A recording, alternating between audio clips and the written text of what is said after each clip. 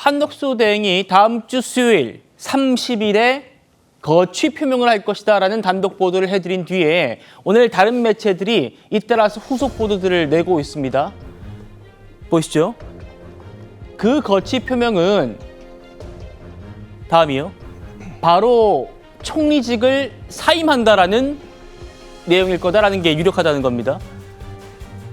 자신의 재판관 지명 행위로 통과된 법안에 대해서 거부권 행사하는 것이 마지막 책임을 다하는 것이라고 판단하는 것으로 안다.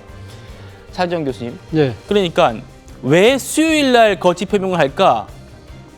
봤더니 그 전날 화요일에 국무회의가 있다는 겁니다. 그 국무회의에서 민주당이 발의한 헌법재판소법 개정안 거부권까지 행사하고 다음 날에 사임을 한다라는 게 지금 다른 매체들의 보도입니다. 어떻게 보세요? 원래 이 5월 4일 공직 사퇴 시한이 아니라 앞당겨서 사퇴를 할 거라고 하면서 처음에 나왔던 보도는 바로 4월 29일 화요일이었거든요. 그런데 지금 하루가 미뤄져서 4월 30일로 간 이유는 앞서 우리 앵커께서 설명했지만 4월 29일 날 예정되어 있는 국무회의에서의 대통령 권한 대행으로서의 거부권 행사의 법적 효력 때문에 하루를 늦춘 겁니다. 아, 효력이요? 예, 왜냐하면 4월 29일 날 국무회의에서 거부권을 행사하고 난 직후에 사퇴를 할 경우에는 그러니까 4월 29일 날 그러니까 그 일정 중에 사퇴를 하는 것이지만 법률적 효력은 29일 0시부터 적용하게 되기 때문에 사실은 그날 한 행위 자체가 무효가 된다는 거죠. 그러면 화요일 날 사임을 하게 되면 거부권 행사하는 게 무효가 되는 거죠. 그렇기 때문에 할 수 없이 그 다음 날 사임을 해야만 그러니까 29일 날 한 자신의 행위가 법적 효력을 가지기 때문에 아마 그런 것 때문에 지금 사임을 30일로 늦춘다고 보는 것이 맞는 것 같은데요. 제가 생각할 때 가장 포인트는 그겁니다. 사실 우리가 앞서 제가 이야기했던 대로 공직자 사퇴 시한이 5월 4일인데 왜 그럼 서둘러서 이렇게 먼저 던지는 것일까? 제가 생각했을 때는 결국 국민의힘과의 국민의힘 후보가 5월 3일 날 선출되잖아요. 네. 그러니까 5월 3일 날 선출되고 난 뒤에 5월 11일 날 후보 등록 전까지 어떤 식으로는 단일화를 마무리 짓겠다는 그러한 의지를 강력하게 갖고 있는 것 같아요. 애초 알려진 것처럼 본인은 그러니까 무소속으로 출마해서 대선이 진행되는 와중에 후보 단일화를 할 것처럼 알려졌지만 그럴 경우에는 정당의 자신이 그러니까 최종적으로 후보가 된다 하더라도 무소속 후보가 되거든요. 이 경우에는 본선을 치르는데 엄청난 장애가 있는 거예요. 정당의 지원을 받지 못하기 때문에 바로 그 때문에 본인이 서둘러서 먼저 4월 30일 날 사퇴를 하고 착착 준비를 해서 5월 3일 날 선출되는 국민의힘 후보와 최종적으로 5월 11일 이전에는 단일화를 이루려는 정치적 의지를 내비치고 있는 것이 아닐까라는 생각이 듭니다. 예. 자, 그래서 지금 당초 나오던 얘기가 5월 3일에 국민의힘 후보가 선출되니까 그 직후쯤에 사임을 하고 뛰어들 것이다 하게 된다면 그런 얘기들이 많았는데 지금 차 교수님 말씀처럼 더 당긴 이유가 선거 비용 문제가 있다. 지금 이 얘기입니다.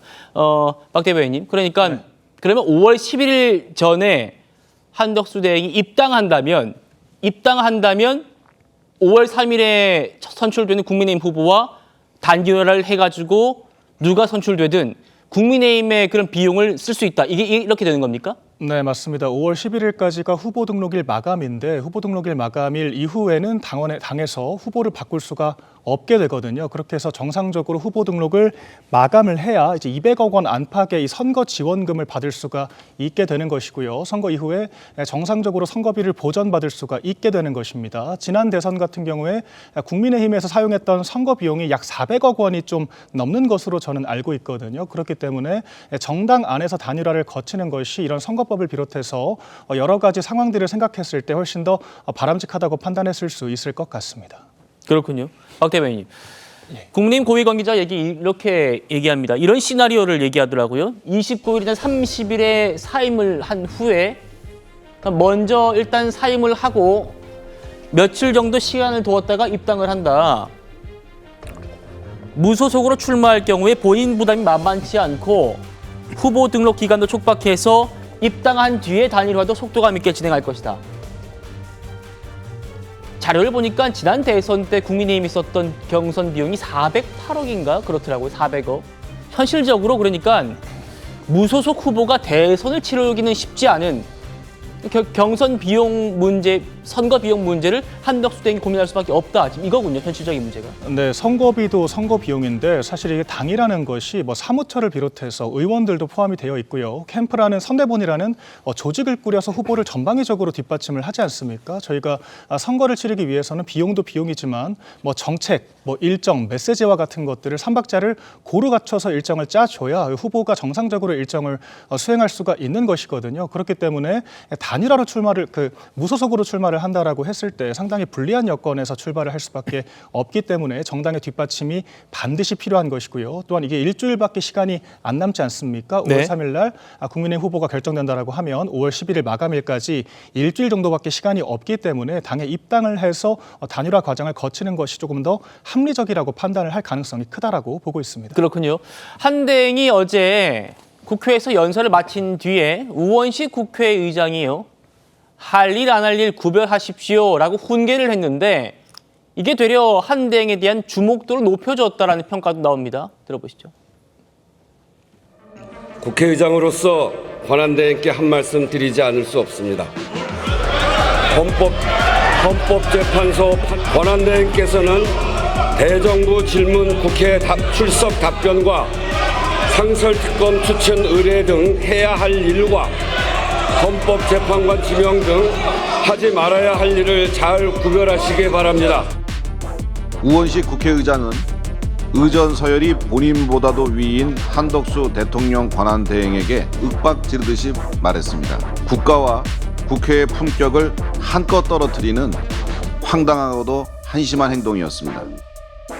45년 만에 대통령 권한대행의 시정연설이 어제 우원식 국회의장의 지극히 정파적이고 편파적인 회의 진행 때문에 파행으로 마무리된 것에 대해 깊은 유감의 뜻을 표합니다. 국회의 얼굴에 먹칠하고 대한민국의 품격을 떨어뜨리는 경거망동은 두 번 다시 반복되어서는 안 됩니다.